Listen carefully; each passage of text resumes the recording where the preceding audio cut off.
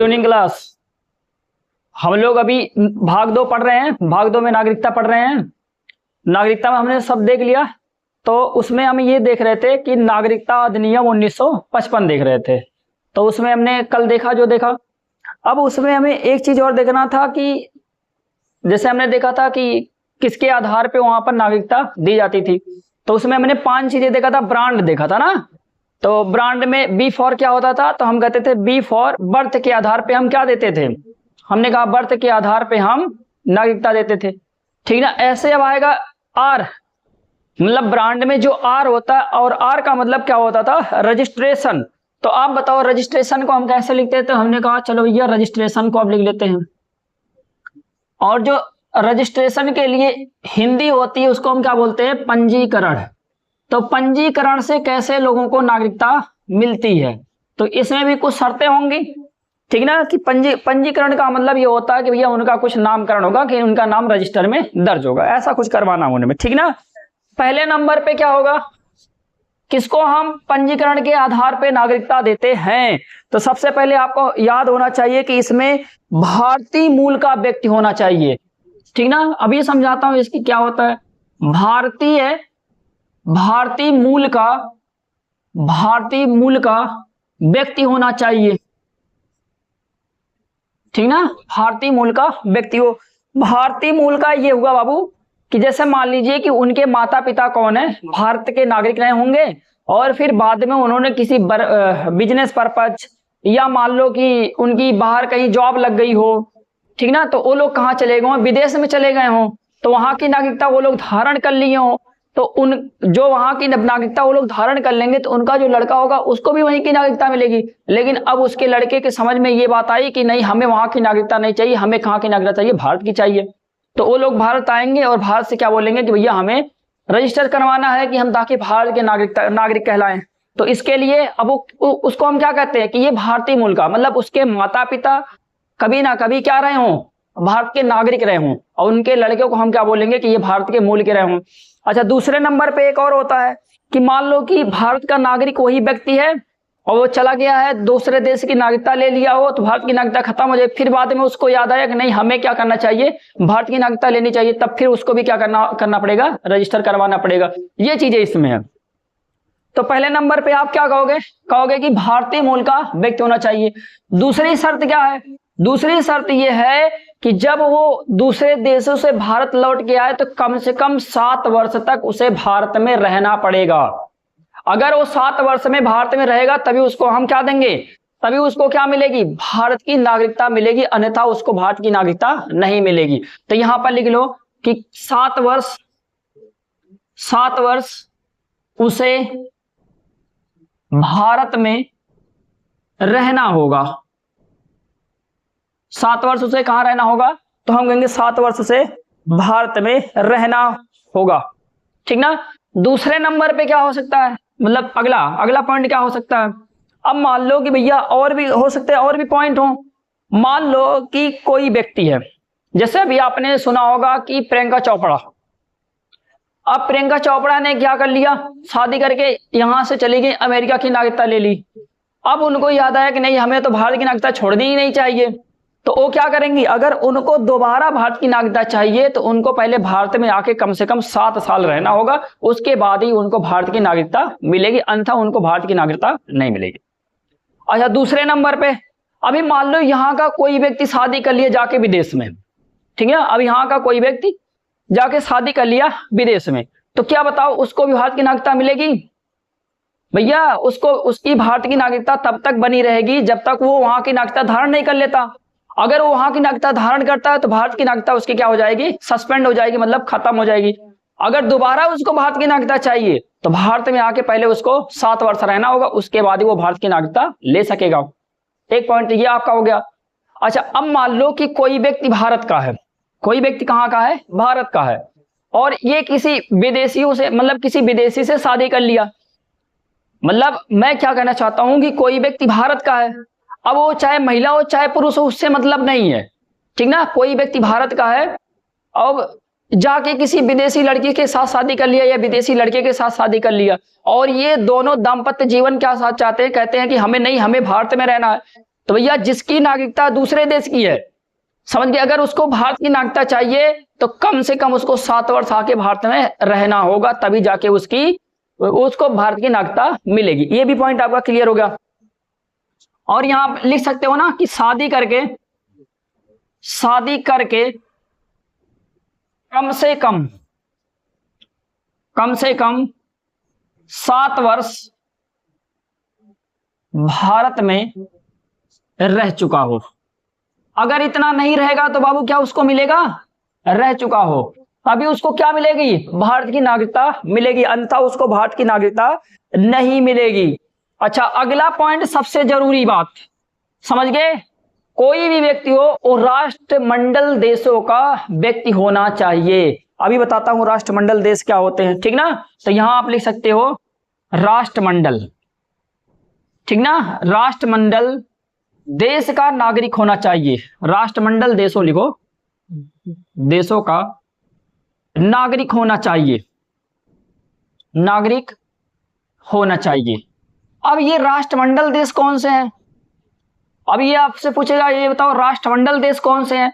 तो राष्ट्रमंडल देश समझने के लिए आपको ये समझना है कि ऐसे देश जिस पर कभी ना कभी अंग्रेजों का शासन रहा हो, मतलब जो अंग्रेजों के उपनिवेश रह चुके हों। उपनिवेश का मतलब ये होता है कि एक देश किसी दूसरे देश पर कब्जा कर लिया, तो जिस देश पे कब्जा कर लेता है उस देश को हम उपनिवेश बोलते हैं। क्या बोलते हैं उस देश को, उपनिवेश बोलते हैं। तो मतलब ऐसा देश जहां पर कभी ना कभी अंग्रेजों का क्या रहा हो, अधिकार रहा हो, या अंग्रेजों के गुलाम रहा हो, तो ऐसे देशों को हम क्या बोलते हैं, राष्ट्रमंडल देश बोलते हैं। समझ गए, राष्ट्रमंडल देश आपका क्लियर हो गया। तो हम कहेंगे भैया हाँ राष्ट्रमंडल देश मेरा क्लियर हो गया, समझ गए। अगर अपने शब्दों में आप लिख लेंगे तो ज्यादा बेहतर होगा। फिर से एक बार बोल देता हूं कि राष्ट्रमंडल देश कौन से होते हैं। तो राष्ट्रमंडल देश ऐसे देश होते हैं जिन पे कभी ना कभी अंग्रेजों का हुकूमत रहा हो, या अंग्रेजों का अधिकार रहा हो, या अंग्रेजों का उपनिवेश रहा हो। उपनिवेश ऐसे एक शब्द आता है ना, उपनिवेश। उपनिवेश का मतलब ये होता है इसमें एक मदर कंट्री होती है, समझ गए। जैसे हमने कहा ये मान लो कि ये ब्रिटेन है, ये क्या बाबू, तो हम कहेंगे ये ब्रिटेन है, और ये क्या है, ये अपना प्यारा भारत है, ठीक ना। अब ये ब्रिटेन ने क्या कर दिया, इस पे कब्जा कर लिया। तो जब ब्रिटेन ने इस पे कब्जा कर लिया तो इसको हम क्या बोलेंगे, इसको हम बोलते हैं मदर कंट्री, और इसको क्या बोलेंगे, डॉटर कंट्री बोलते हैं। समझ गए, इसको बोलेंगे मदर कंट्री और इसको बोलेंगे डॉटर कंट्री। और ये जो डॉटर कंट्री होती है इसी को हम क्या नाम देते हैं, उपनिवेश बोलते हैं। अब ये बताओ किसका उपनिवेश हुआ, तो आप कहेंगे ये ब्रिटेन का उपनिवेश हुआ। किसका, हम कहेंगे ये ब्रिटेन का उपनिवेश हुआ। शायद आप समझ गए होंगे, ठीक ना। इसमें ज्यादा कुछ खास बात नहीं है कि मतलब आपको मैं लेके यही पढ़ा रहा हूं, ठीक ना। अगले पॉइंट पे चलते हैं।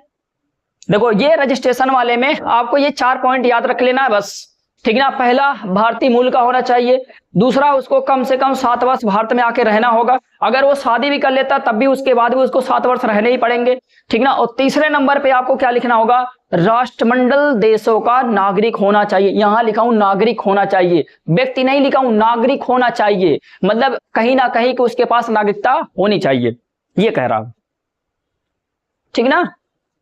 आगे चलते हैं, अब दूसरे नंबर पे अब आएंगे हम लोग।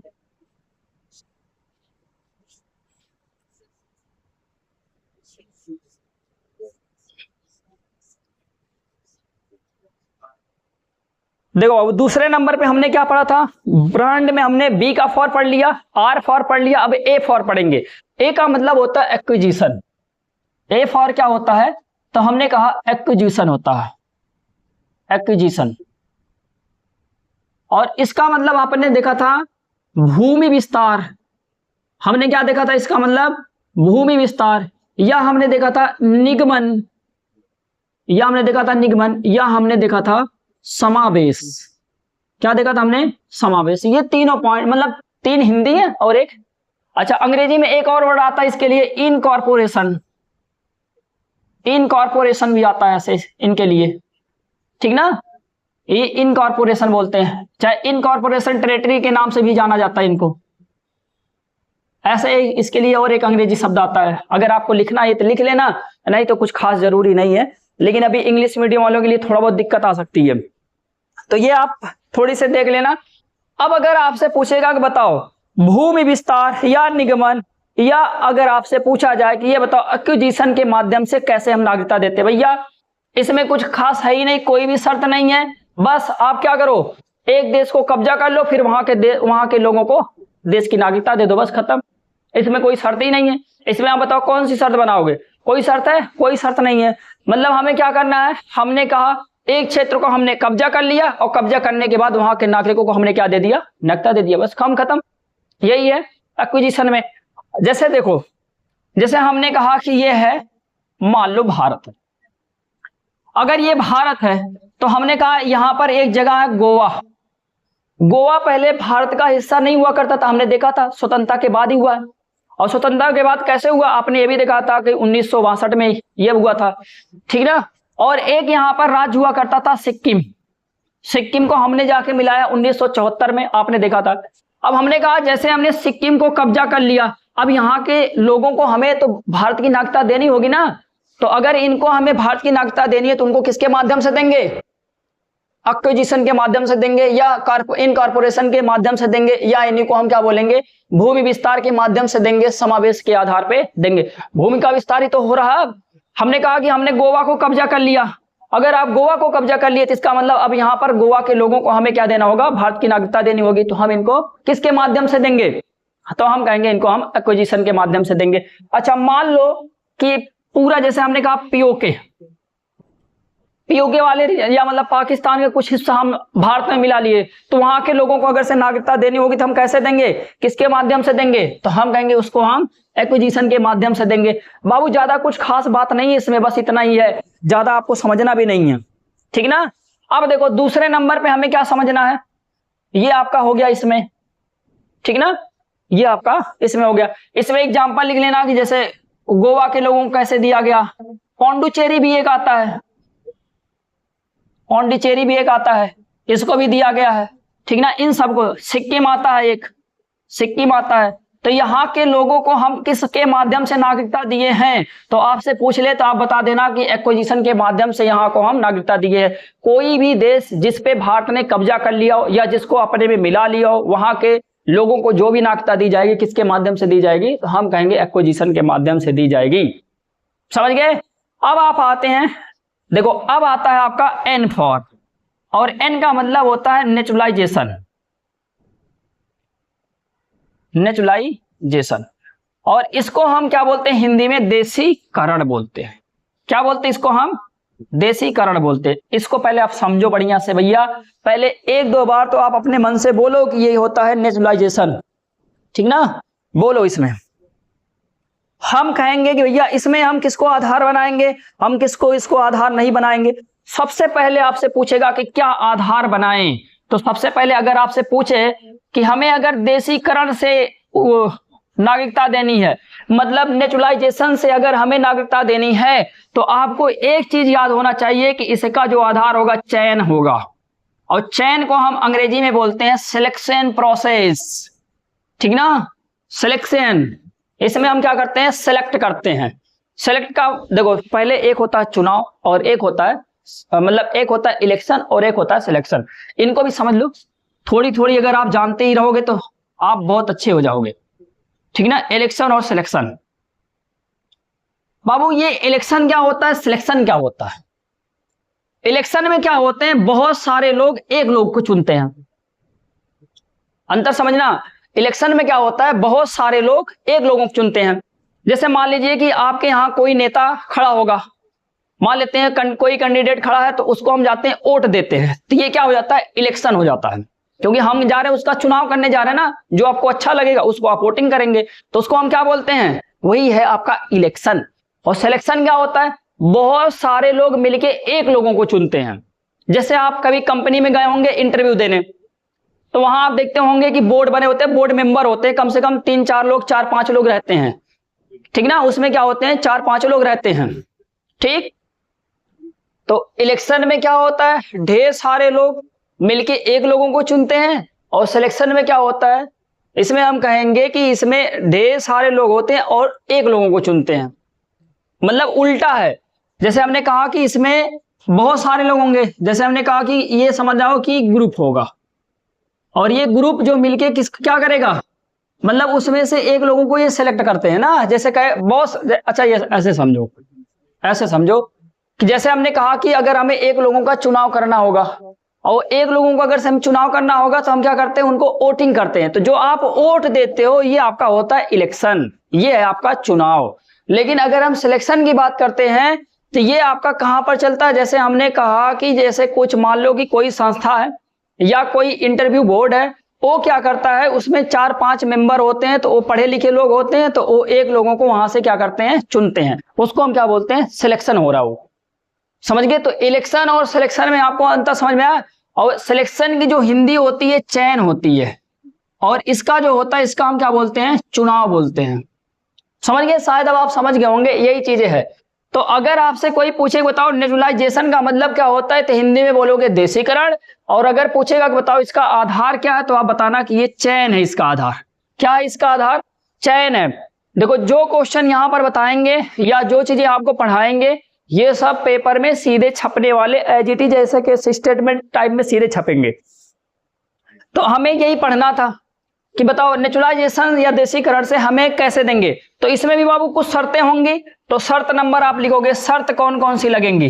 पहली शर्त तो ये है कि जो भी व्यक्ति को नेचुरलाइजेशन या देशीकरण से क्या चाहिए, नागरिकता चाहिए, वो अवैध प्रवासी ना हो। अवैध प्रवासी का मतलब कि दूसरे देशों से बिना वीजा के भाग के अपने शहर में, मतलब अपने देश में आया हो, तो उसको हम क्या बोलेंगे, अवैध प्रवासी। तो यहां आप क्या लिखोगे कि पहला आपको ये लिखना है कि अवैध प्रवासी ना हो, अवैध प्रवासी ना हो, अवैध प्रवासी ना हो। बाबू क्लियर है?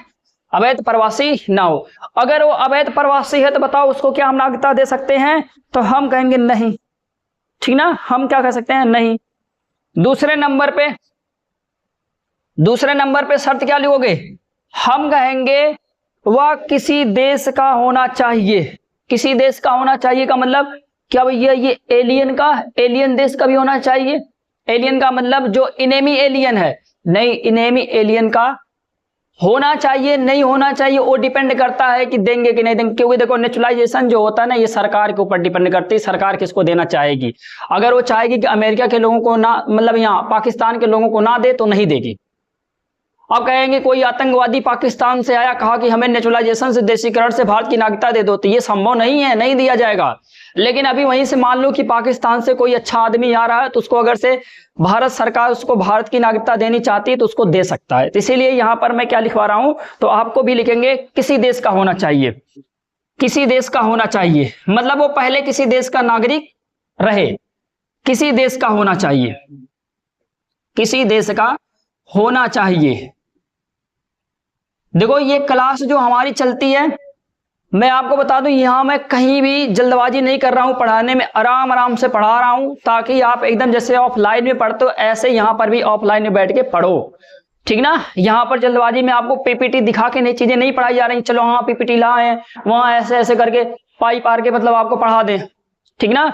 उसको हम कहते हैं रेखाबाजी बोलते उसको, ठीक ना। यहाँ आप बीजगणित नहीं पढ़ रहे हो, यहाँ आप जीएस कवर कर रहे हो। अगर आप जीएस कवर कर रहे हो तो आप अच्छे से कवर करिए ना। ये थोड़ी होता है ऊपर ऊपर केवल आप लाइन से पढ़ लो, लाइन से चीजें नहीं पढ़ी जाती बाबू। इसमें आप पहले लिखो, जैसे जैसे मैं लिख रहा हूं ऐसे ऐसे आप नोट्स बनाइए। नोट्स बनाने के बाद आप प्रीवियस ईयर के क्वेश्चन सॉल्व करिए। जैसे ये मेरा नागरिकता का चैप्टर खत्म होगा, आप प्रीवियस ईयर के क्वेश्चन उठा के सॉल्व करेंगे। अगर एक भी क्वेश्चन रुकेगा तो आप कमेंट में मुझसे कहिएगा, ठीक ना। तो आपको इतना तो करना ही पड़ेगा, पहले एक बार अच्छे से पढ़ लो, उसके बाद देखो जाओ बैठो आराम से सॉल्व करो। मैं जितने भी क्वेश्चन अभी तक आए हैं, चाहे पीसीएस में, चाहे आईएएस में और चाहे आपके आरओ में, सभी के नागरिकता के क्वेश्चन उठा के लाके यहाँ पर रख दिया हूं, ठीक ना, कि आपके एक भी क्वेश्चन अब रुकेंगे नहीं, इतना बता रहा हूं, ठीक ना। देख लो ये क्या है, तो हम कहेंगे किसी देश का होना चाहिए। किसी देश का होने का मतलब वह किसी देश का नागरिक जरूर रहे। अगर वो किसी देश का नागरिक नहीं तो मतलब वो तो अवैध हो गया ना। समझ गए कि नहीं समझ गए? तो हाँ वही चीजें यहाँ पर लिखी गई हैं। तो मतलब वो किसी और देश का नागरिक होना चाहिए और फिर बाद में उसको कहाँ की नागरिकता चाहिए, भारत की नागरिकता चाहिए। तो उसको हम देशीकरण के माध्यम से क्या बना देंगे, भारत का नागरिक बना देंगे, ठीक ना। अब देखो तीसरे नंबर पे भैया उसका चरित्र अच्छा होना चाहिए। उसका चरित्र कैसा होना चाहिए? हम कहेंगे उसका चरित्र अच्छा होना चाहिए। लिखते रहो लिखते रहो, उसका चरित्र, चरित्र कैसा होना चाहिए? ऐसे लिखूंगा, उसका चरित्र अच्छा होना चाहिए, अच्छा होना चाहिए। यही तो मैं आपसे बोला कि क्या मैं पाकिस्तान के लोगों को भी भारत की नागरिकता दे सकता हूं? हाँ दे सकता हूं। वो सरकार के ऊपर डिपेंड करती है, देना चाहती है कि नहीं देना चाहती है, कैसे व्यक्तियों को देना चाहती है। इसीलिए यहां पर लिखा गया किसी देश, ये नहीं लिखा गया है कि फ्रेंडली, मतलब कि फ्रेंडली एलियन, ये नहीं लिखा गया एनेमी एलियन। जो कि आप पढ़ के आ रहे हो, नागरिकता को हमने दो भागों, जैसे हमने कहा व्यक्ति था, व्यक्ति को हमने दो भागों में बांट दिया था भारत में, एक नागरिक हुआ करता था और एक हुआ करता था एलियन। एलियन को दो भागों में बांटे थे हमने, फ्रेंडली एलियन और एनेमी एलियन। और फ्रेंडली एलियन का मतलब यह हुआ करता था कि जिस देश के साथ भारत का संबंध अच्छा हुआ करता था तो उसको हम फ्रेंडली एलियन बोलते थे, और जिस देश के साथ भारत युद्ध में लगा हुआ है तो उसको हम बोलते थे एनेमी एलियन बोलते थे। एनेमी का मतलब होता है दुश्मन, ठीक ना। तो ये बताओ उसका चरित्र कैसा होना चाहिए? अच्छा। अभी यही तो बोला है कि आतंकवादी होगा, क्या उसको भी दे देंगे? नहीं, उसको नहीं देंगे क्योंकि उसका चरित्र अच्छा नहीं है। अब हम कहेंगे चौथे नंबर पे भाषा को लेकर बात बोली गई है। भारत के संविधान में 22 भाषाएं लिखी गई हैं, और जिनको 22 भाषा याद करना होगा वो कमेंट करेंगे, उनको मैं 22 भाषाएं याद करवा दूंगा। समझ गए कि नहीं समझ गए? तो यहां पर आपका क्या लिखना है कि 22 भाषाओं में से कम एक भाषा का ज्ञान होना चाहिए। समझ गए? तो यहां पर आप क्या लिखोगे? संविधान में लिखित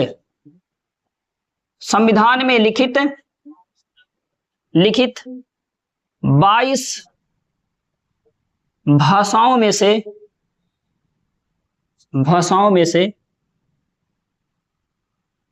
कम से कम एक का ज्ञान होना चाहिए,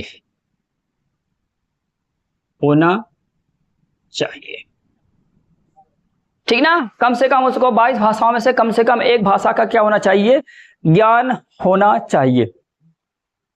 समझ गए कि नहीं समझ गए? भैया देखो अभी सीधे रटवा दूंगा ना, टेंशन काहे ले रहे हो इतना? तो अभी भैया नोट्स बना रहे हो तो नोट्स तो बनाना ही पड़ेगा। शॉर्ट नोट भी बताता हूं कैसे बनाते हैं शॉर्ट नोट, ठीक ना।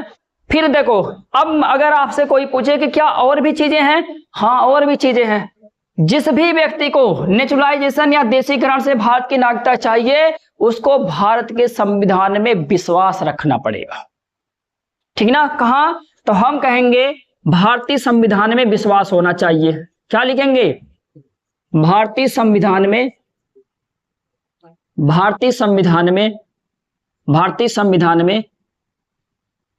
विश्वास होना चाहिए। भारतीय संविधान में विश्वास होना चाहिए, ठीक ना। और भी पॉइंट है इसमें, और भी पॉइंट को कहां मेंशन करें? इधर जहां आपने इलेक्शन सिलेक्शन समझा यहां लिख देता हूं, ठीक ना। और ये भी मिटा देता हूं, ये तो पहले का है,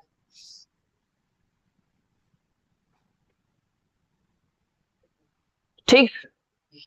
तो देखो और क्या है, हम कहेंगे 5 पॉइंट यहां हो गए। अच्छा 6 पॉइंट भी देख लेते हैं। 6 वाले पॉइंट में क्या बोल रहा है?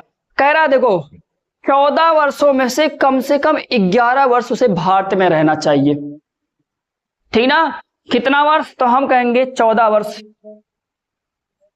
ये भी पॉइंट अच्छे से लिख लेना, अच्छे से मेंशन कर लेना, नहीं तो फिर ये भी आपको फंसाएगा कुछ देर तक, ठीक ना। क्या लिखोगे? 14 वर्षों में 11 वर्ष भारत में रहना होगा। और उसमें देखो इसी में आपको लिखना है 14 वर्षों में से 11 वर्ष से भारत में रहना और 1 वर्ष लगातार भारत में रहना है, ठीक ना। इसी में आगे लिख लेंगे 1 वर्ष लगातार भारत में रहना होगा। पॉइंट बढ़िया से क्लियर देखो, ऐसा मैं लिख ही दे रहा हूं कि आपको एकदम पूरा पॉइंट क्लियर हो जाएगा, इसमें कोई भी दिक्कत आपको नहीं आने वाली है, ठीक ना, समझ गए कि नहीं समझ गए? क्या लिखे हम, 14 वर्षों में 11 वर्ष भारत में रहना होगा और 1 वर्ष तो भैया लगातार लेना होगा। जैसे मान लीजिए आज मेरे को क्या लेना है, भारतीय नागरिकता लेनी है, और किससे लेनी है, देशीकरण से लेनी है। तो मैं क्या करूंगा, इस वाले में 1 वर्ष, 1 वर्ष का मतलब जैसे मान लो कि ये 2025 चल रहा है, तो 2024 पूरा आपको कहां पर रहना होगा, भारत में ही रहना होगा, तभी आपको देशीकरण से क्या मिलेगी, नागरिकता मिलेगी, वरना आपको देशीकरण से नागरिकता नहीं मिलेगी। ठीक ना, ये अगर आपसे कोई पूछे तो ये इतना पॉइंट आप इसमें बता देना। एक पॉइंट और है, उस पर ज्यादा नहीं जाएंगे, क्योंकि तीसरी अनुसूची में जो सभी मतलब योग्यताएं होती हैं उनको भी पूरा करना चाहिए। अब आप पूछेंगे तीसरी अनुसूची में कौन सी योग्यताएं हैं, ठीक ना, इसीलिए वो पॉइंट केवल आप मेंशन कर लो, इसके बारे में कहीं पर बाद में चर्चा करूंगा। ठीक ना, तो 7वां पॉइंट आप ये लिख सकते हो इसमें, तीसरी अनुसूची में, क्योंकि बाबू ये बड़ा टॉपिक बन जाएगा, इसीलिए यहां पर डिस्कस नहीं कर सकते। ठीक ना, इसीलिए नहीं कर रहा हूं। तीसरी अनुसूची में लिखित योग्यताओं को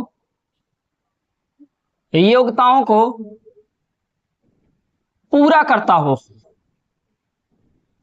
हो, बस यही है। ठीक ना, अब देखो, अगर आपसे कोई कहे कि इसका शॉर्ट नोट बना लो, क्या बोले, कहे कि इसका शॉर्ट नोट बना लो, कुछ मत करना, पहले आप लिखो, मैं आपको तुरंत शॉर्ट नोट बनाना बताता हूं। देखो, देशीकरण से चाहिए तो पहले पॉइंट पे आप लिखना भैया इसका आधार क्या होता है, चयन। दूसरे पॉइंट पे आप भैया क्या लिखोगे, तो आप कहोगे भैया वो अवैध प्रवासी ना हो, क्या ना हो, अवैध प्रवासी ना हो, छोटा छोटा लिख लेंगे।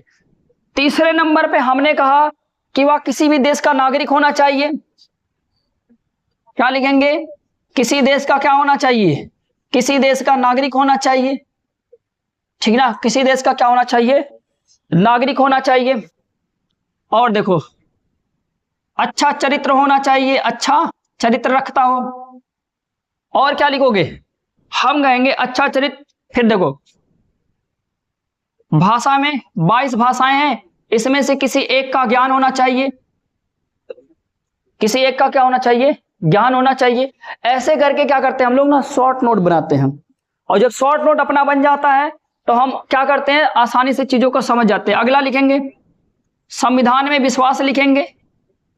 संविधान में क्या लिखेंगे, संविधान में विश्वास होना चाहिए,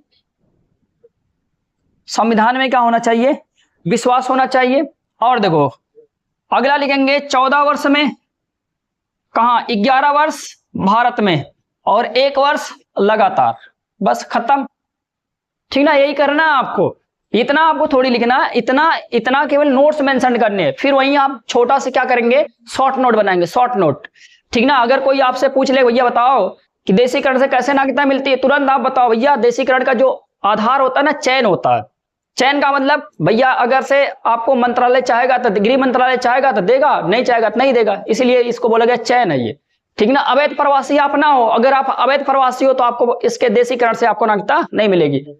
अवैध रहोगे तो भैया किसी भी तरीके से आपको नागरिकता नहीं मिल सकती, नेचुरलाइजेशन या देशीकरण छोड़ ही दो, समझ गए। देश का नागरिक होना चाहिए आपको, मतलब किसी देश का एक नागरिक हो आप, चाहे पाकिस्तान का रहो, चाहे श्रीलंका का रहो, चाहे अमेरिका का रहो, चाहे ब्रिटेन का रहो, चाहे रूस का रहो, कहीं का आप क्या रहो, एक जगह का नागरिक रहो। ठीक है, अच्छा चरित्र रखो।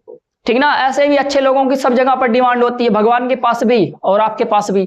ठीक ना, अगर 22 भाषा अपने संविधान में मेंशन है तो उसमें से कम 1 भाषा का तो ज्ञान जरूर होना चाहिए। अब भैया जो 22 भाषा यहाँ पर मेंशन है वो कैसी भाषाएं हैं, भैया कहोगे भारतीय भाषाएं, और कैसी भाषाएं हैं। ठीक ना, फिर हम कहेंगे संविधान में उनका विश्वास होना चाहिए, भारतीय संविधान में उनका क्या होना चाहिए, विश्वास होना चाहिए, कि जो भीमराव अंबेडकर अपने संविधान को लिखे हैं तो उसमें इनका भी विश्वास होना चाहिए। ठीक ना, अब 14 वर्षों में से 11 वर्ष इनको कहां रहना है, भारत में रहना है। ठीक ना, अब सोचोगे 14 वर्ष में कितने दिन होंगे, तो हम कहेंगे 14 गुणे 365, तो उसमें से लगभग कितने दिन रहना होगा, 11 गुणे 365, इतना दिन भारत में रहना है। और अगर 11 गुणे 365 निकाल लोगे तो जितना दिन आएगा उतना दिन आपको भारत रहना होगा। अब बताओ, उसमें से कह रहा 365 दिन तो लगातार आपको भारत में रहना है।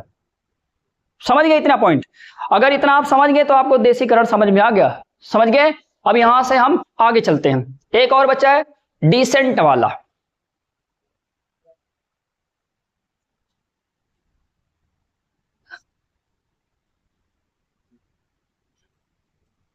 ऐसे आप क्या करेंगे ना, हर चीजों में शॉर्ट नोट बनाएंगे।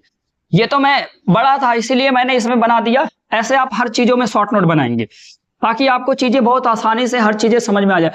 देखो आपको यहां पर पढ़ने में समय लगेगा लेकिन हर चीज आपको ना कॉन्सेप्चुअली समझ में आ जाएगा, ठीक ना। किसी चीज में बहुत ज्यादा जोर जबरदस्ती नहीं करना पड़ेगा, आपको आसानी से हर चीजें समझ में आ जाएंगी। अगला हम लिखेंगे वंश के आधार पे, और वंश की जो हिंदी अंग्रेजी होती है उसको हम क्या बोलते हैं, डिसेंट बोलते हैं, ठीक ना। डिसेंट के आधार पे हम क्या देंगे, कैसे देंगे भैया। हमने जब शुरू किया था तो वहां पर हमने एक लिखा था जुस सोली और एक लिखवाया था जुस सैंग्विन, अगर आपको याद आ रहा हो तो।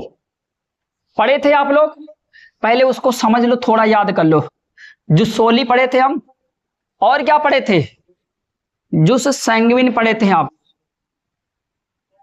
ठीक ना। जुस सैंग्विन आप पढ़े थे। अब इसमें क्या होता था, हम कहते थे यहां पर हम किसको देखते थे, सॉयल को देखते थे, और सॉयल का मतलब क्या होता है, मिट्टी, समझ गए, स्थान, ऐसी चीजों को हमने देखा था इसमें। और इसमें हमने क्या देखा था, रक्त, नस्ल, ये सब सारी चीजों को मिलाते थे। समझ गए कि नहीं समझ गए। मतलब जो सैंग्विन किसकी बात करता था, रक्त का बात करता था कि अगर आपके पापा भारत के नागरिक हैं तो आप भी भारत के नागरिक हो, ऐसा बात कर रहा है ये, ठीक ना। और जुस सोली का मतलब ये होता है कि भैया जन्म के स्थान पर, जैसे अभी आपने देखा पहला वाला हमने यही पढ़ा, जन्म के स्थान पर जन्म आधार बनाएगा। अगर आपका जन्म भारत में हुआ है तो आपको क्या क्या होना चाहिए, तो आप भारत के नागरिक बन जाओगे। ऐसे ही वंश वाले में भी, अगर वंश वाले में बोला है कि भैया देखो यहाँ पर रक्त के आधार पर हम दे रहे हैं, इसका मतलब ये हुआ कि इसमें भी कुछ शर्तें लगा देगा कि भैया अगर आपके माता पिता भारत के जन्मे हैं तो आपको भारत की नागरिकता आसानी से मिल जाएगी या नहीं मिलेगी, अभी देखते हैं क्या होगा, ठीक ना। तो ये आपको मैं थोड़ी सी रिवीजन करवा रहा था केवल बस, अब लेकिन ये पढ़ाना नहीं था मेरे को, पढ़ना है तो हमें तो पढ़ना है, वंश और डिसेंट वाला पढ़ना है। कैसे पढ़ोगे भैया, अब इसमें भी हम क्या करेंगे, शर्त लगाएंगे, ठीक ना। अगर आपसे पूछे कि बताओ ऐसे हम कैसे लोगों को नागरिकता देते हैं, तो आप यहां पर लिख लेना जिनका जन्म भारत के बाहर हुआ हो। कहां, जिनका जन्म भारत के बाहर हुआ हो, जिनका जन्म भारत के बाहर। भारत के बाहर का मतलब क्या होता है, भारत के बाहर का मतलब क्या होता है, बताओ कोई। भारत के बाहर का मतलब यह है कि इनका जन्म भारत में नहीं हुआ है, श्रीलंका में हुआ होगा, चाइना में हुआ होगा, पाकिस्तान में हुआ होगा, अमेरिका में, ब्रिटेन में, रूस में, जर्मनी में कहीं हुआ होगा, जापान में कहीं हुआ होगा, लेकिन भारत में नहीं हुआ होगा। तो इसमें क्या क्या बनाएंगे भैया, देखो भैया इसमें बनाया गया दो चीजें। पहले इसमें एक डेट रखी गई, समझ गए, पहले इसमें क्या रखी गई, डेट रखी गई। डेट क्या रखी गई, 26 जनवरी, क्योंकि आपने देखा था, क्या देखा था, 26 जनवरी 1950।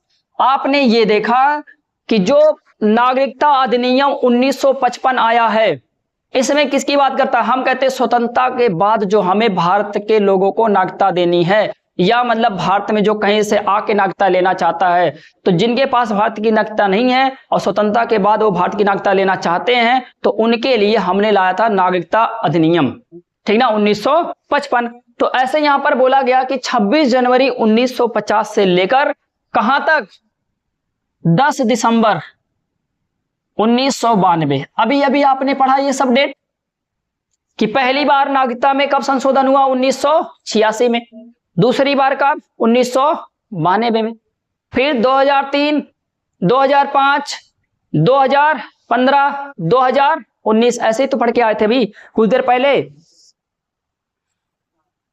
ठीक ना। तो अब हम इसमें लिखेंगे, देखो शर्त लिखेंगे, अब शर्त लिखेंगे, क्या कह रहा है, अगर किसी का जन्म भारत के बाहर हुआ हो, समझ गए कब, 26 जनवरी 1950 से लेकर 10 दिसंबर 1992 के बीच में हुआ हो। पहले पॉइंट क्लियर हुआ, अच्छे से क्लियर करो इस पॉइंट को, अच्छे से क्लियर करो इस पॉइंट को। क्या कह रहा है ये, 26 जनवरी 1950 से लेके 10 दिसंबर 1992 के बीच में अगर से किसी का जन्म हुआ है तो उसमें आप लिखो शर्त। पहली शर्त क्या कहेगा? कह रहा है पहली शर्त, जब भी उस व्यक्ति का जन्म हुआ हो तो उसके माता पिता में से कोई एक भारत का नागरिक रहा हो। उस समय कोई एक क्या रहा हो? भारत का नागरिक रहा हो। तो यहां आप क्या लिखोगे?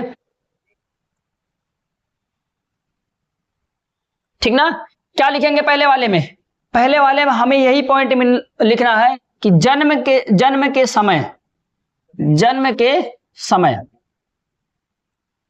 के समय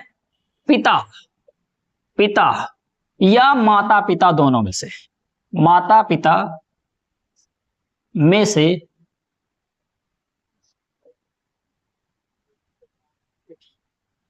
किसी का जन्म में से कोई भारत का नागरिक रहा हो,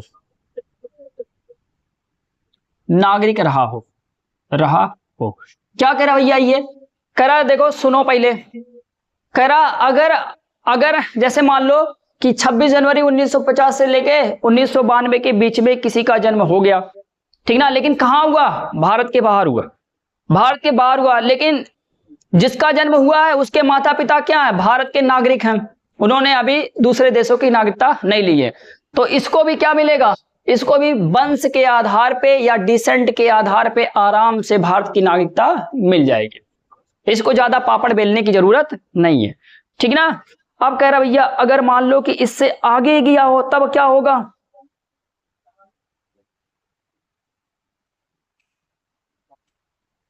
ठीक ना, इसके आगे। अब इसके आगे का मतलब क्या कह रहा? 10 दिसंबर 1992 के बाद हुआ हो। कब? 10 दिसंबर 1992 के बाद हुआ हो, लेकिन 3 दिसंबर 2004 के पहले हुआ हो। कब?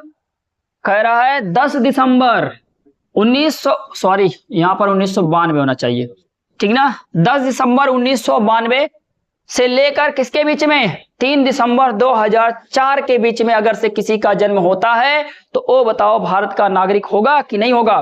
तो आप कहेंगे नहीं होगा। तब तो आप क्यों पढ़ा रहे हैं जब नहीं होगा? मैं इसलिए पढ़ा रहा हूं ताकि आपका एकदम से क्लियर हो जाए। तो आप यहां पर क्या लिखेंगे? अगर 10 दिसंबर 1992 से लेकर 3 दिसंबर 2004 के बीच में किसी का जन्म होता है बाहर और उनको हम वंश के आधार पर नागरिकता नहीं देते हैं, तब उनको 1 साल आके कहां पर रहना होगा? भारत में रहना होगा। तब उसके बाद उनको रजिस्ट्रेशन के आधार पर उनको नागरिकता दी जाती है। क्लियर? एकदम पॉइंट क्लियर, क्रिस्टल क्लियर। समझ गए? क्रिस्टल क्लियर रखो इनको। हम क्या कहेंगे? 10 दिसंबर 1992 से लेकर 3 दिसंबर 2004 के बीच में अगर किसी का जन्म होता है तो उसको डिसेंट के आधार पर या वंश के आधार पर भारत की नागरिकता नहीं दी जाती। तब कैसे दी जाती है? तो उनको 1 वर्ष भारत में रहना होगा, तब उनको रजिस्ट्रेशन के माध्यम से भारत की नागरिकता दी जाती है। कितने वर्ष? 1 वर्ष। लिख लिए? अपने शब्दों में आप लिख लेंगे अच्छे से भैया, क्योंकि यहां पर हर चीजें लिखना संभव नहीं है, ठीक ना। हर चीजें लिखना संभव नहीं है। शायद आपको समझ में आ गया। वीडियो पॉज करके लिख लीजिए अगर आपको दिक्कत हो। समझ गए कि नहीं समझ गए? पॉइंट आप बढ़िया से नोट कर लो। गर्मी बहुत पड़ रही है। क्लियर हो गया ये? अब देखो हमने किसको कवर कर लिया? ब्रांड कवर कर लिया। हमने पढ़ा था BRAND। यही थे 5 माध्यम जिनसे हम क्या देते थे? नागरिकता देते थे। पहले का मतलब by birth, by registration, by acquisition, by naturalisation, by descent, ठीक ना। By descent. तो इसका मतलब बाबू, इसका मतलब हमने सारा पढ़ लिया। अब एक चीज और पढ़नी है कि मान लो कि आपको नागरिकता त्यागनी है, तो हम कहेंगे भैया इसका मतलब नागरिकता त्यागने की भी विधियां होती होंगी। हाँ, अगली हेडिंग आप लगाओ, नागरिकता त्यागने की विधियां।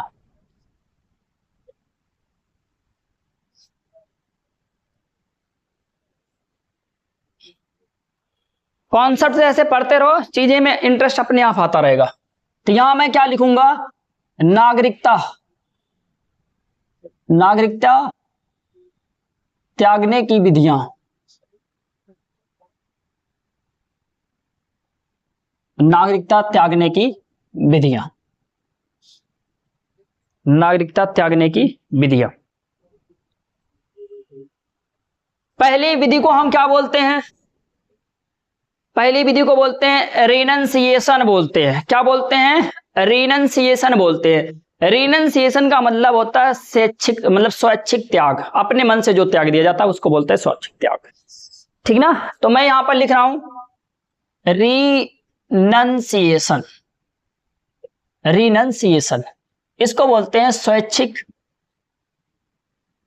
क्या बोलेंगे इसको, स्वैच्छिक त्याग। ठीक ना, हमें क्या करनी है, नागरिकता को त्यागना है। तो कोई कोई व्यक्ति अपने मन से देते भैया हमें भारत की नागरिकता नहीं चाहिए, वो गधे होते हैं। जिनको भारत की नागरिकता नहीं चाहिए वो गधे होते हैं। ठीक ना, भारत एक अच्छा देश है।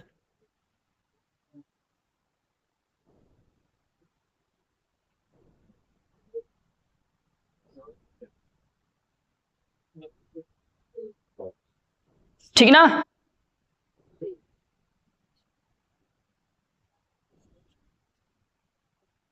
लिख लिए। इसमें हमने क्या लिखा, स्वैच्छिक त्याग, मतलब अपने अपने आप से अगर से कोई भारत की नागरिकता छोड़ना चाहता है तो वो छोड़ सकता है। लेकिन अब ये देखो एक शर्त है। अब बताओ, मान लो भारत किसी के साथ युद्ध कर रहा है, क्या कर रहा है, युद्ध कर रहा है। अब भारत युद्ध में बेचारा लगा हुआ है। अब कुछ महानुभाव आए, बोले कि हमें भारत की नागरिकता नहीं चाहिए, तब आप क्या करोगे, क्या उस केस में भारत कर दे हाँ जाओ आपको भारत की नागरिकता नहीं चाहिए चले जाओ, नहीं। उस केस में क्या होगा, भारत आपकी नागरिकता को होल्ड करके रखेगा। क्या करके रखेगा, होल्ड करके। कहने का मतलब यह हुआ कि आप उस समय भारत की नागरिकता को त्याग नहीं सकते हो। अगर आपको भारत की नागरिकता त्यागनी है तो जब भारत युद्ध ना कर रहा होगा उस समय भारत की नागरिकता त्यागी जा सकती है, अन्यथा कभी भी भारत की नागरिकता नहीं त्यागी जा सकती। क्लियर हो गया ये भी पॉइंट। हमने कहा हाँ। अब मान लो अगर मान लो कि कोई भी व्यक्ति अपना नागरिकता खत्म करना ही चाहता है, ठीक ना, कोई भी व्यक्ति अपना युद्ध के समय मान लो कि कोई व्यक्ति अपना नागरिकता खत्म करना चाहता है। अगर वो सरकार चाहेगी तो होल्ड कर सकती है और सरकार चाहेगी तो मतलब दे भी सकती है। लेकिन ये शर्त किस पे डिपेंड करती है, सरकार के ऊपर डिपेंड करती है। सरकार का मतलब मंत्रालय के ऊपर डिपेंड करता है। ठीक ना, तो मैं इसमें क्या लिखूंगा,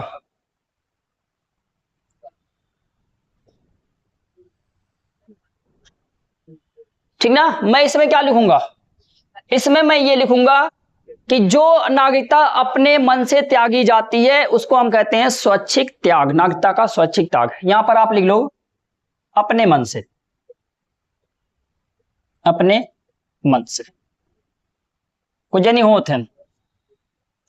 ठीक ना, दूसरे नंबर पे हम क्या लिखेंगे भैया, कभी भी याद रखे रहना युद्ध के समय, अच्छा अगर मान लो कि कोई व्यक्ति अपने मन से त्याग कर दिया तो अब बताओ आप, इसका मतलब इसका कोई माइनर बच्चा होगा। माइनर बच्चा मतलब माइनर चाइल्ड, माइनर चाइल्ड का मतलब अभी ये नाबालिग है, तो क्या इसकी भी नागरिकता चली गई इसी साथ में, तो आप कहेंगे हाँ इसकी भी नागरिकता चली गई। समझ गए, इसकी भी नागरिकता चली जाएगी।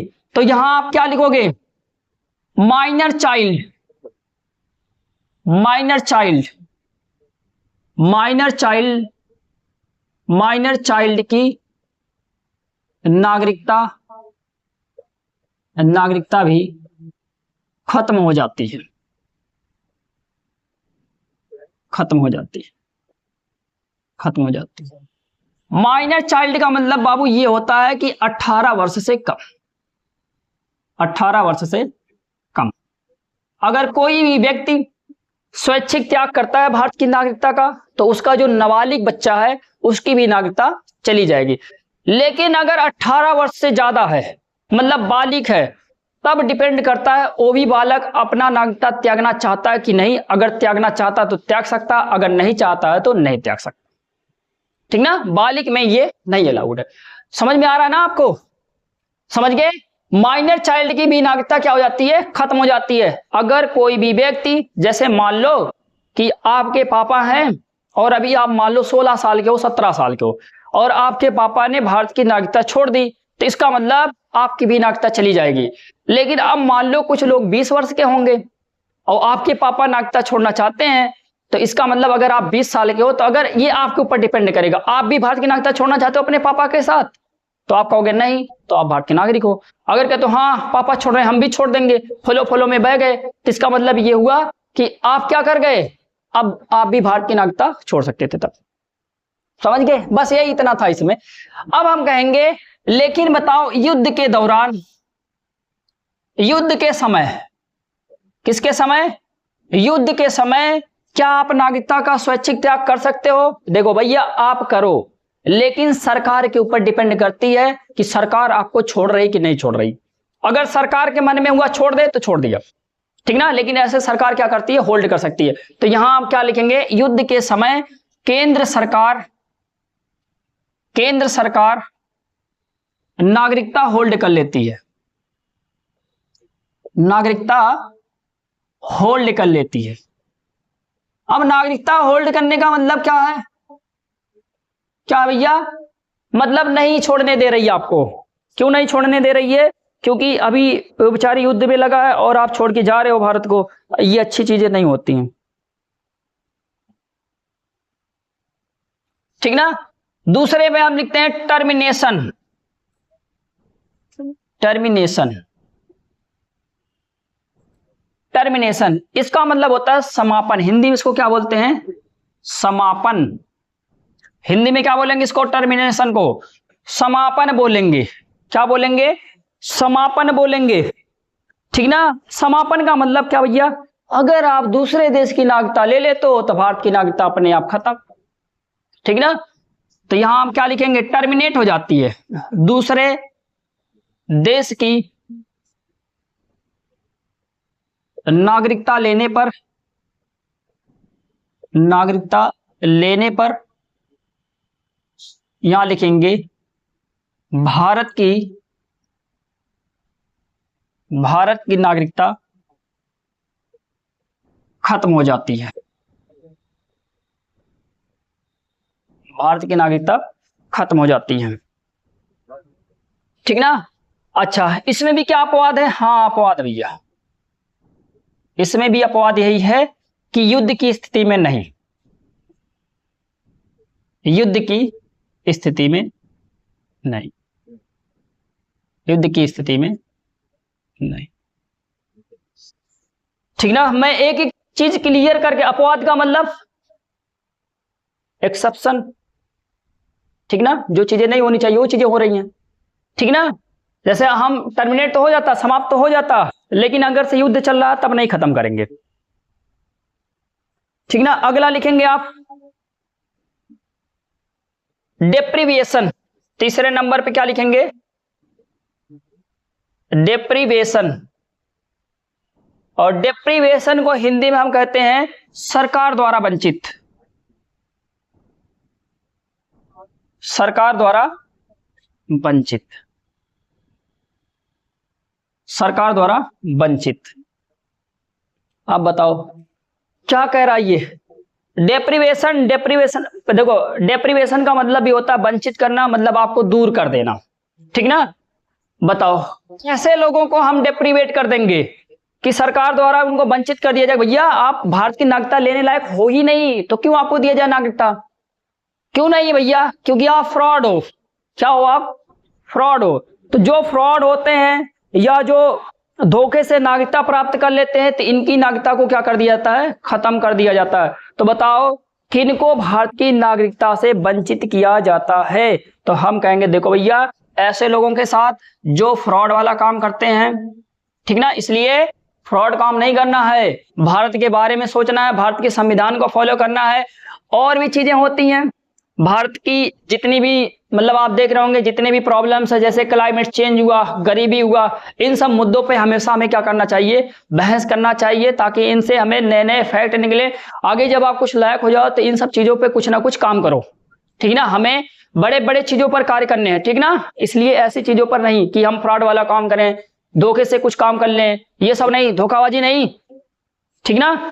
अब यहां पर लिखो, अगर कोई फ्रॉड है तो उसको सरकार क्या करेगी, भारत की नागरिकता देने से मना कर देगी। पहली बात, अगर कोई फ्रॉड व्यक्ति है तो उसको भारत या भारत सरकार भारतीय नागरिकता देने से मना कर देगी, पहली बात, ठीक ना। दूसरे नंबर पे भैया देखो, दूसरे नंबर पे भारतीय संविधान के खिलाफ हो, भारत के संविधान को मानता ही ना हो, तो ऐसे लोगों को भी क्या कर दिया जाएगा, भारत की नागरिकता से वंचित कर दिया जाएगा, ठीक ना। यहां पर हम क्या लिखेंगे, लिखेंगे भारतीय संविधान को, भारतीय संविधान को, भारतीय संविधान को नहीं मानता हो या अपमान करता हो, तो ऐसे लोगों को भी भारत की नागरिकता से वंचित कर दिया जाएगा, ठीक है ना।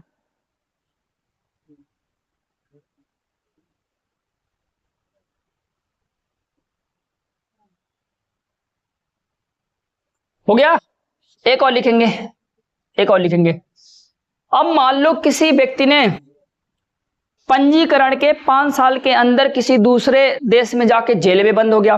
मान लो कि इसने भारत की नागरिकता ली, कोई व्यक्ति था, मान लो भारत की नागरिकता ली, और अभी 5 साल नहीं हुए, किसी दूसरे देश में गया था किसी काम वाम करने के लिए, और वहीं पर उसको क्या हो गई, जेल हो गई, और जेल भी हुई तो 2 वर्ष से अधिक हुई, 2 वर्ष का हुआ या तो 2 वर्ष से अधिक हुआ, तो ऐसे लोगों को भी भारत की नागरिकता से वंचित कर दिया जाएगा। तो यहां पर लिखो, पंजीकरण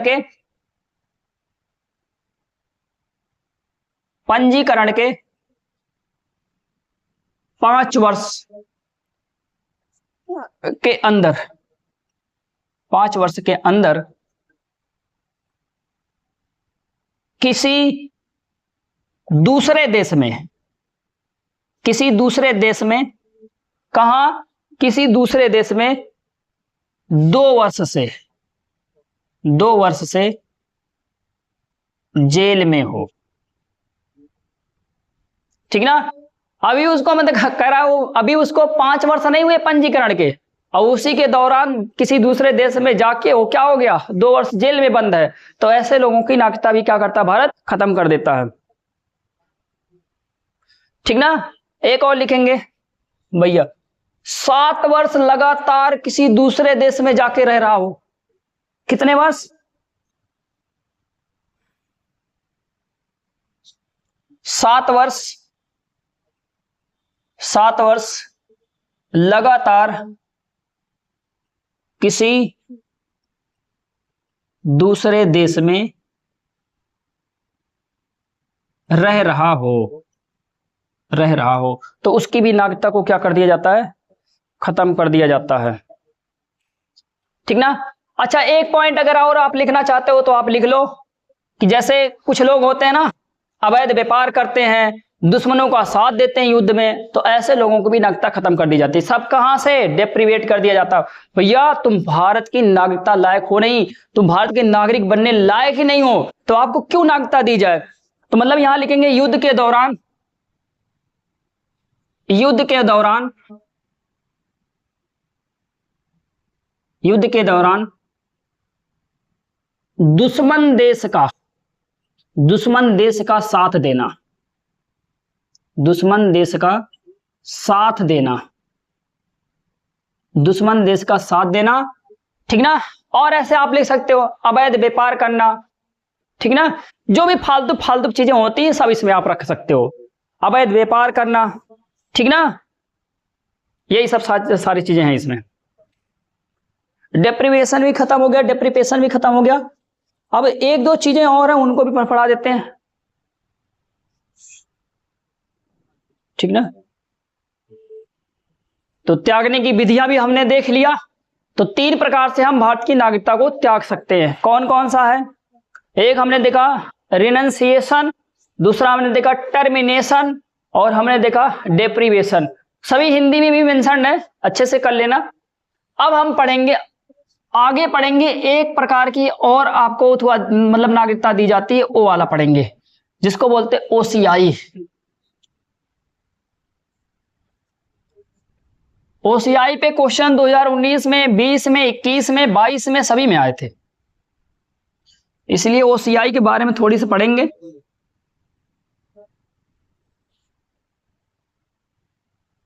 ठीक ना।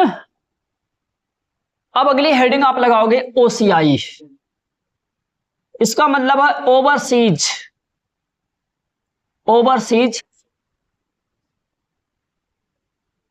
Citizen of India.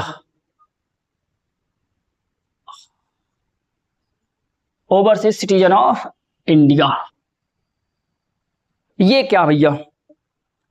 आपने एक पढ़ा एनआरआई, पढ़े थे ना सभी लोग, एनआरआई, नॉन रेसिडेंट इंडियंस।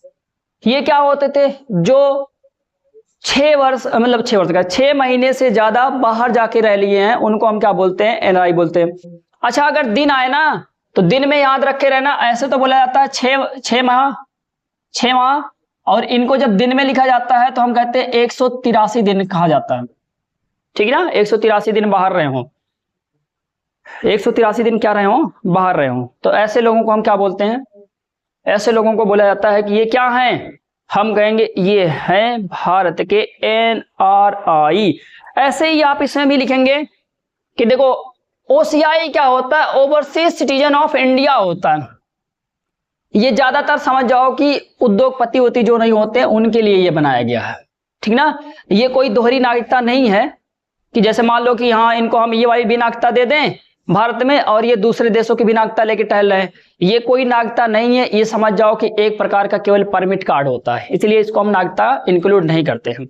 पहला पॉइंट क्लियर हुआ कि ये नागरिकता नहीं है, ये एक प्रकार का केवल परमिट कार्ड होता, बस इसके अलावा कुछ नहीं पढ़ना है इसमें। अब आप पढ़ो भैया इसमें क्या क्या है। हम कैसे लोगों को बोलते हैं कि भैया तुम ओसीआई हो, कैसे लोगों को बोला जाता है? तो आप लिखेंगे या तो ये पहले भारत के नागरिक रहे हों, क्या रहे हों? भारत के नागरिक रहे हों, या इनके माता पिता में से कोई भारत का नागरिक रहा हो। कहने का मतलब मेरा ये हुआ कि जो इनका मूल है, मूल निवासी, कहने का मतलब पहले यहाँ के ये रहे हों, पहले यहाँ के ये रहे हों, पहले इनका यहाँ से संबंध रहा हो, बाद में इनका संबंध यहाँ से हट गया हो। तो इसमें आप लिख लो पहले भारत के नागरिक रहे हों, पहले भारत के नागरिक रहे हों, पहले भारत के नागरिक रहे हों, या माता पिता में से कोई भारत का नागरिक रहा हो, या माता पिता में से कोई भारत का नागरिक रहा हो, देखो मुझे पता है लेक्चर बोरिंग बनता है, लेकिन मैं आपको बता रहा हूं, आप एक बार इंटरेस्ट लेके पढ़िए, आपको मजा आएगा पढ़ने में। ठीक ना, क्योंकि कॉन्सेप्ट अच्छे से क्लियर किए गए, एक एक पॉइंट क्लियर किया हूं, ऐसा नहीं लग रहा होगा कि आपको कुछ ऐसा है कि इसमें जो क्लियर नहीं हुआ है। ठीक ना, तो हम क्या कहेंगे भैया, ओसीआई किसको कहा जाता है? ऐसे लोग जो भारत के कभी नागरिक रहे हों या इनके माता पिता में से कोई भारत का क्या रहा हो? नागरिक रहा हो। तो हम क्या कहते हैं, अगले पॉइंट में लिखेंगे, तो भैया क्या इनको सभी अधिकार मिलेंगे? हम कहेंगे पहली बात तो ये देखो, आपको पता है परमिट कार्ड होता है, ये कोई नागरिकता नहीं है, लेकिन फिर भी इनको जो एनआरआई होते हैं ना, उनके बराबर का अधिकार होता है। ये पॉइंट बढ़िया से लिख लेना कहीं पर, सभी मामलों में एनआरआई के बराबर हैं ये, सभी मामलों में एनआरआई के बराबर हैं ये। और एनआरआई के बारे में बता चुका हूं, किसके बारे में? तो मैं कहूंगा एनआरआई के बारे में बता चुका हूं, एनआरआई के बारे में बता चुका हूं। देखो कुछ चीजें हो, ठीक ना, तो ये क्या होंगे, हम कहेंगे ये सभी मामलों में एनआरआई के बराबर है। अच्छा, क्या ये भारत के नागरिक हैं? हम कहेंगे नहीं, ये किसी दूसरे देश के नागरिक हैं, क्योंकि इनके पास ये तो पहले भारत के नागरिक थे ना, अब थोड़ी हैं।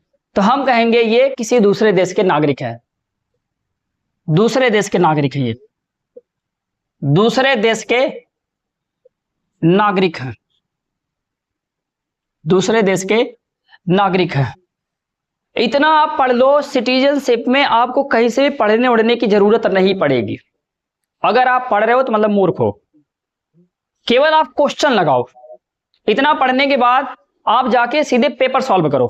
पेपर में देखो आपको सारे के सारे जो पॉइंट यहां पर बना बना देख रहे हो ना, सारे पॉइंट आपको मिलेंगे बुकों में, ठीक है ना। मैं सारा सब कुछ खुद मेंशन कर दिया हूं कि ताकि आपको कोई भी मेहनत ना करनी पड़ी, ठीक ना। ये क्या दूसरे देश के नागरिक होते हैं, क्योंकि भैया यहीं से क्लियर है ना कि ये भारत के नागरिक कभी रहे होंगे लेकिन अब थोड़ी है। इसका मतलब ये किसी और देश के नागरिक हो चुके हैं, तो इसका मतलब यहां पर हम यही तो मेंशन करेंगे कि ये किसी दूसरे देश के नागरिक हैं। अगर कोई पूछेगा क्या ये भारत के नागरिक है, आप कहेंगे नहीं ये भारत के नागरिक नहीं है।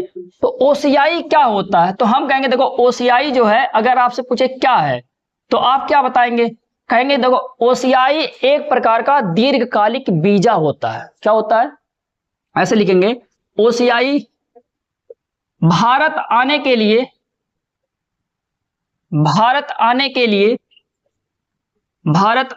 लिए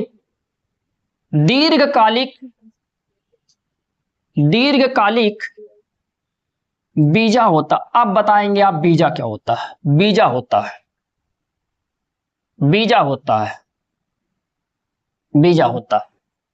समझ जाओ भैया, वीजा और पासपोर्ट, एक टर्म आता है वीजा का और दूसरा टर्म आता है पासपोर्ट का। दो आते हैं, आपने नाम सुना होगा वीजा और पासपोर्ट। वीजा ऐसे लिखते हैं, ठीक ना। वीजा और पासपोर्ट क्या होते हैं ये, देखो बाबू, आप अगर एक देश से दूसरे देश में जा रहे हो तो जिस देश से आप दूसरे देश में जाते हो तो वो देश आपको परमिट करता है कि आप दूसरे देश जाओ। तो जो अपना देश दूसरे देश में जाने के लिए परमिशन बनाता है उसी का नाम होता है पासपोर्ट। और जिस देश में आप जा रहे हो वहां का देश आपको आमंत्रित करता है तो वो भी एक परमिट बनाता है कि आप मेरे यहां आओ, उसे कहते हैं वीजा। क्लियर, समझ गए। एक बार और, पासपोर्ट क्या होता है कि हम कहते हैं कि हम जिस देश से जा रहे हैं, मतलब जिस देश से आप दूसरे देश में जाते हो, तो जिस देश से जाते हो ना वो देश आपको एक परमिशन देता है कि आप जाने लायक हो, तो उसको हम बोलते हैं, उस परमिशन को बोलते हैं पासपोर्ट। और जिस देश में आप गए हो उसने जो परमिशन दे रहा है कि आप आओ मेरे यहां, उसको हम क्या कहते हैं, वीजा कहते हैं। क्लियर, पासपोर्ट और वीजा में क्लियर। अब ये थोड़ी है कि पासपोर्ट और वीजा में चलेंगे हम आपको एक लेक्चर बताएंगे, एक लेक्चर बताने की जरूरत नहीं, बताएंगे क्यों, ठीक ना। अगर कभी जरूरत पड़ेगी तो फिर हम लोग पढ़ लेंगे, इसमें क्या है। समझ गए ओसीआई क्या है, तो हम कहेंगे भारत आने के लिए एक दीर्घकालिक वीजा, दीर्घकालिक का मतलब लंबे समय के लिए एक वीजा बनाया जाता है। तो बताओ ये कहीं आपने देखा ये सिटीजनशिप है, नहीं है, ये नागरिकता है, नहीं, ये तो परमिशन है। समझ गए कि नहीं समझ गए, हाँ समझ गए। अब कहेगा भैया देखो इसका मतलब ये हुआ कि आपने देखा होगा कि एक अपने यहां सार्वजनिक रोजगार दिया जाता है। सार्वजनिक रोजगार का मतलब जैसे मान लो कि यहां पर सार्वजनिक रोजगार का मतलब ये होता है सरकारी नौकरी। इसको आम भाषा में क्या बोलते हैं, सरकारी नौकरी बोला जाता है। तो क्या बताइए जो ये ओसीआई है इनको भारत में सरकारी नौकरी करने का अधिकार है, तो आप कहोगे नहीं नहीं नहीं, इनको सरकारी नौकरी करने का अधिकार नहीं है। क्यों नहीं भैया, क्योंकि ये भारत के नागरिक नहीं है और सरकारी नौकरी को केवल यहाँ के भारत के नागरिक लोग ही प्रवेश मतलब की लेते हैं, ठीक ना। तो यहाँ पर आपको ये भी याद होना चाहिए कि सरकारी रोजगार या मतलब सार्वजनिक रोजगार या सरकारी नौकरी में इनको अप्लाई करने का अधिकार नहीं होता है। जैसे अभी मैं बताओ ये बात कहाँ लिखी गई है कि नौकरियों में अवसर की समानता होगी, समझ गए। ये वही तो बात हुई, नौकरियों में अवसर की समानता। तो हम कहेंगे नौकरियों में अवसर की समानता ओसीआई को थोड़े मिलेगी, वो तो भारत के नागरिकों को मिलेगा ना। तो हम कहेंगे भैया ये किसके लिए आता है, तो हम कहेंगे आर्टिकल, देखो आर्टिकल 16 में कहा गया है नौकरियों की समानता, ठीक ना। ऐसे लिखेंगे सार्वजनिक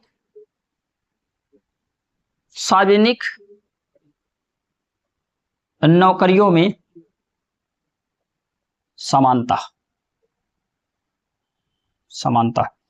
समझ गए।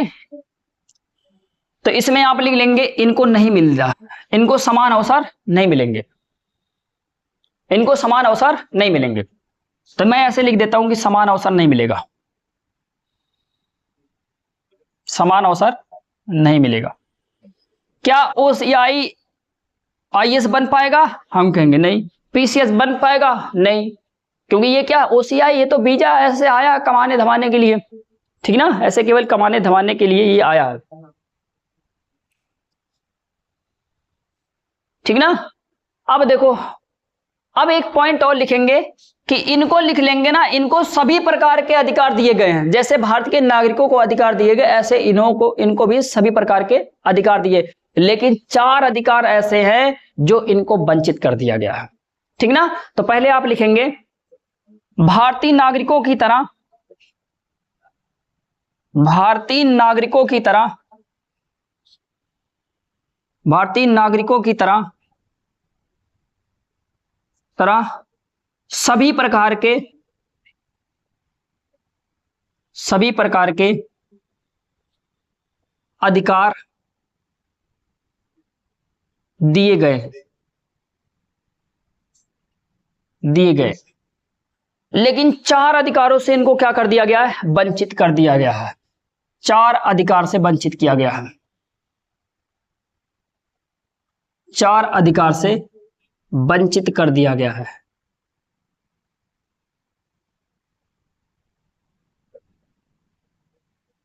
अब ये 4 अधिकार कौन से हैं?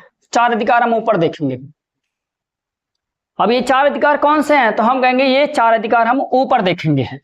पहले आप लिख लो, भारतीय नागरिकों की तरह सभी प्रकार के अधिकार इनको दिए गए हैं, लेकिन 4 अधिकार से इनको क्या कर दिया गया? वंचित कर दिया गया। अब ये 4 अधिकार कहां देखे?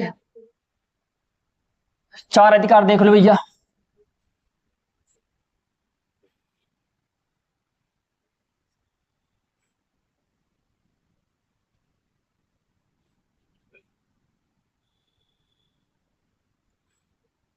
अब देखो 4 अधिकारों में पहला अधिकार आप क्या समझेंगे कि भैया देखो 4 अधिकारों में पहला अधिकार इनको किससे वंचित किया गया? पहला कि ये चुनाव नहीं लड़ सकते। पहले क्या बोला गया कि ये चुनाव नहीं लड़ सकते, चुनाव नहीं लड़ सकते, चुनाव नहीं लड़ सकते। पहला पॉइंट क्या मैं कह रहा हूं? चुनाव ये नहीं लड़ सकते। अरे भैया जब ये चुनाव नहीं लड़ सकते तो वोटवे कहां डालने पाएंगे ये? तो दूसरे नंबर पे हम क्या लिखेंगे कि ये वोट भी नहीं डाल सकते, वोट नहीं डाल सकते। बताओ ओसीआई को वोट डालने का अधिकार है? हम कहेंगे नहीं है। बताओ क्या इनको चुनाव लड़ने का अधिकार है? तो हम कहेंगे नहीं, इनको चुनाव लड़ने का भी अधिकार नहीं है, ठीक ना। तीसरे नंबर पे हम क्या लिखेंगे? इनको सार्वजनिक नौकरियों में संवैधानिक पद पे बैठने का अधिकार नहीं है। तो ऐसे भी लिख लो, ठीक ना। सार्वजनिक क्षेत्र के नौकरियों में संवैधानिक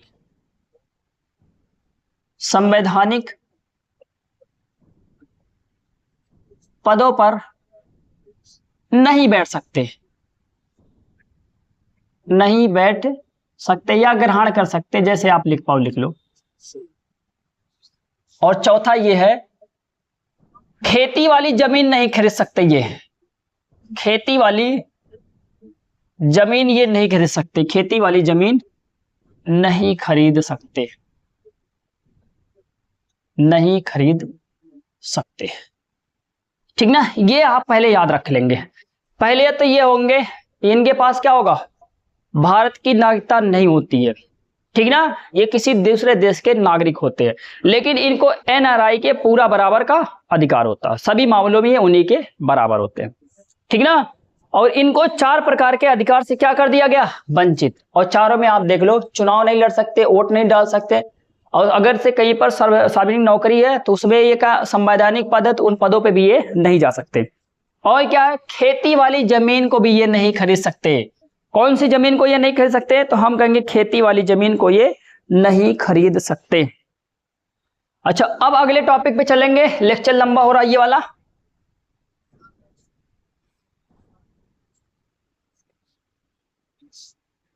जल्दी से एक पॉइंट और क्लियर कर लें बस। अगला एक आप लिखेंगे नागरिकता संशोधन विधेयक। नागरिकता संशोधन विधेयक। संशोधन विधेयक, विधेयक का मतलब बिल। विधेयक 2019। 2019। अब इसमें देखो यह पॉइंट पहले क्लियर करो। ये जो होता है बिल 11 दिसंबर 2019 को क्या होता है, पास होता है। ये पास होता है ये। और अगर आपसे पूछे कि तो आप कहेंगे 10 जनवरी 2020 को ये क्या होता है, लागू होता है। क्या है इसमें जो हम इतना पढ़ रहे हैं, ठीक ना, क्या है इसमें? तो हम कहेंगे देखो भैया, है कुछ नहीं, लेकिन कभी कभी क्या होता है ना कि बहुत कुछ हो जाता है, ठीक ना। जैसे देखो, अगर कोई पूछे कि नागरिकता संशोधन विधेयक 2019 में क्या है जो हमने पढ़ा, तो हम कहेंगे देखो, पहली बात तो ये 11 दिसंबर 2019 को ये पास हुआ था और 10 जनवरी 2020 को ये लागू हुआ। इसमें देखो पाकिस्तान, कहां से, पाकिस्तान, बांग्लादेश, कहां से, बांग्लादेश और अफगानिस्तान। अफगानिस्तान और क्या, अफगानिस्तान। ये तीन देश पहले आप समझो क्या है, पाकिस्तान, अफगानिस्तान और बांग्लादेश। यहां से 6 कम्युनिटी अगर से भारत आती है तो उसको ये लोग क्या करेंगे, नागरिकता देने में छूट रखेंगे। कौन कौन सी? तो हम कहेंगे अगर पाकिस्तान से कोई हिंदू आता है या बौद्ध आता है, ये आप बढ़िया से समझते रहना, क्या क्या बोल रहा हूं, हिंदू आता है या बौद्ध आता है या तो सिख आता है, ठीक ना, या क्या आएगा, सिख आएगा, या तो जैन आएगा, या तो पारसी आएगा और या तो ईसाई आएगा, ठीक ना। क्योंकि ये पाकिस्तान, बांग्लादेश, अफगानिस्तान ये जो है मुस्लिम बाहुल्य क्षेत्र है। ये मतलब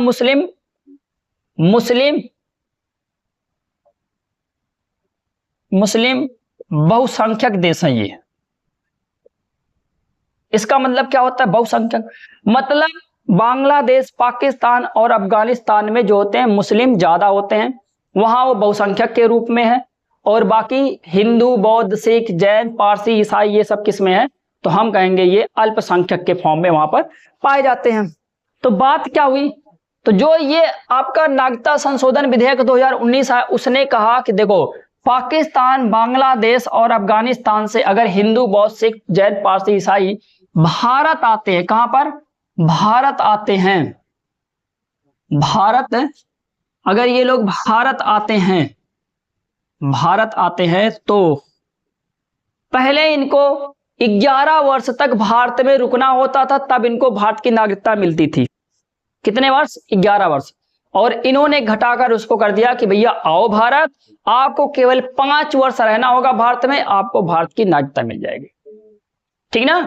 तो हम यहां पर क्या लिखेंगे, तो हम सीधे लिखते हैं ना 11 वर्ष से घटाकर, 11 वर्ष से घटाकर कितना कर दिया गया, 5 वर्ष, 5 वर्ष कर दिया गया, 5 वर्ष कर दिया गया। कहने का मतलब ये हुआ कि आपको केवल किसको हम कहेंगे हिंदू, बौद्ध, सिख, जैन, पारसी और ईसाई, अगर ये लोग भारत आते हैं तो इनको केवल कितने दिन रहना होगा, तो हमने कहा इनको केवल 5 वर्ष रहेंगे और 5 वर्ष के बाद इनको भारत की नागरिकता मिल जाएगी,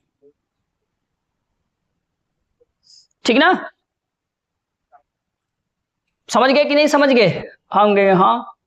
और कुछ, और अगर एक डेट पूछे कि बताओ कब ये प्रवेश किए हो, तो हम कहेंगे ये प्रवेश किए हो 31 दिसंबर सन 2014,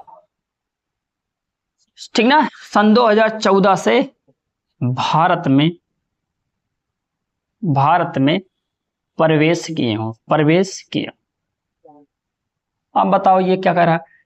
अच्छा, मतलब अगर 31 दिसंबर 2014 के पहले अगर कोई प्रवेश किया होगा तो तब उसको ये नहीं मिलेगा भैया कि 11 वर्ष से घटा के 5 वर्ष में।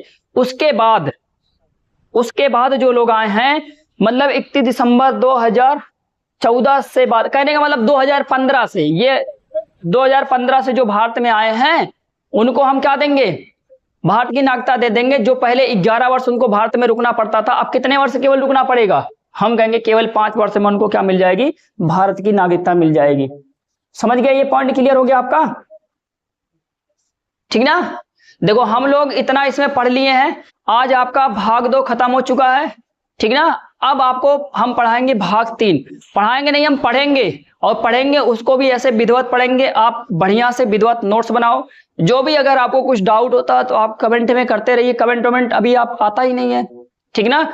बताइए कि ये चीजें हमें समझ में नहीं है तो उनको और भी एक्सप्लेन की जाएंगे। देखो हम यहाँ आपको चीजों को ना रटवाने का प्रयास नहीं कर रहे हैं, हम आपको यहाँ समझाने का प्रयास कर रहे हैं। विथआउट समझे आप कुछ कर और नहीं पाओगे। इतना मैं यहाँ आप लिख के रख लो। जैसे बड़े बड़े टीचर होते हैं ना, आपको केवल बड़ी बड़ी चीजें रटवा देते हैं तो आपको लगता है किसी से एग्जाम निकलता, उससे एक अक्षर एग्जाम में नहीं मिलता है। हम लोग भी पढ़े हैं, हम लोग भी देखे हैं कैसे एग्जाम निकलता है, कैसे नहीं निकलता है। हम लोग भी ये सब करके आए हैं। समझ गए? जब तक आप किसी, देखो यहाँ जो आप कंटेंट पाओगे, आपको कई बुकों का सार मिलेगा, पहली बात।